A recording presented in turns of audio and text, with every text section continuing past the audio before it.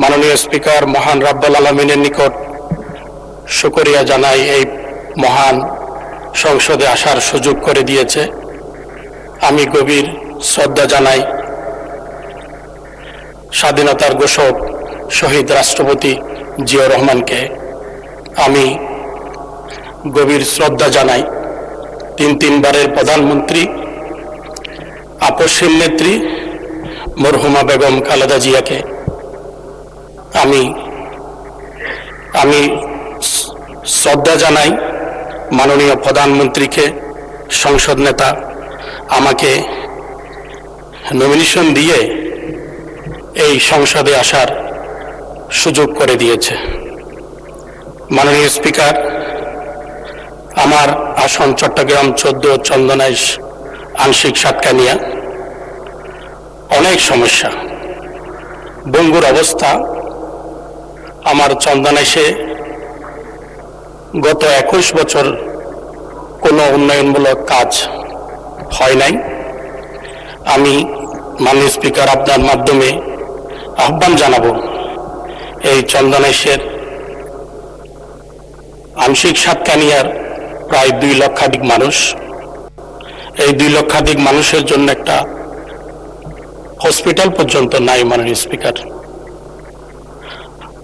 আর আমাদের প্রবাসী ভাইদের ব্যাপারে মাননীয় স্পিকার আমি বলবো, তারা খুব অসহায়। এখন মধ্য পাচ্ছে, গরমের টেম্পারেচার 48। মাননীয় স্পিকার, এই প্রবাসী ভাইদের জন্য প্রবাসী কল্যাণ মন্ত্রণালয়কে অনুরোধ জানাবো আপনার মাধ্যমে যেন তাদের দিকে একটু নজর দেয়, তাদেরকে যেন তাদের এই সমস্যাগুলো যেন সমাধান করে। মাননীয় স্পিকার, বিশেষ করে আমাদের এই 6 লাইন চট্টগ্রাম কক্সবাজার রোড, মাননীয় স্পিকার, এটা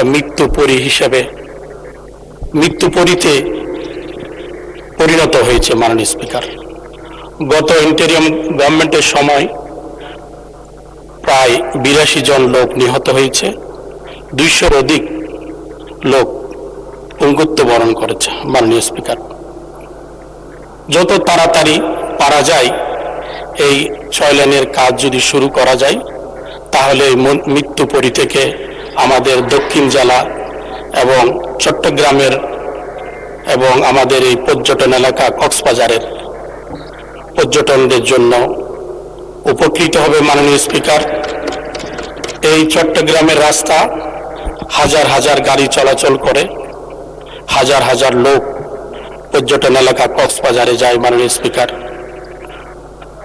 আমি আপনার মাধ্যমে সড়ক ও জনপথ মন্ত্রী মহোদয়কে অনুরোধ জানাবো, যত তাড়াতাড়ি পারেন এই মৃত্যুপুরী থেকে আমাদের দক্ষিণের মানুষদেরকে একটু রক্ষা করেন। মাননীয় স্পিকার,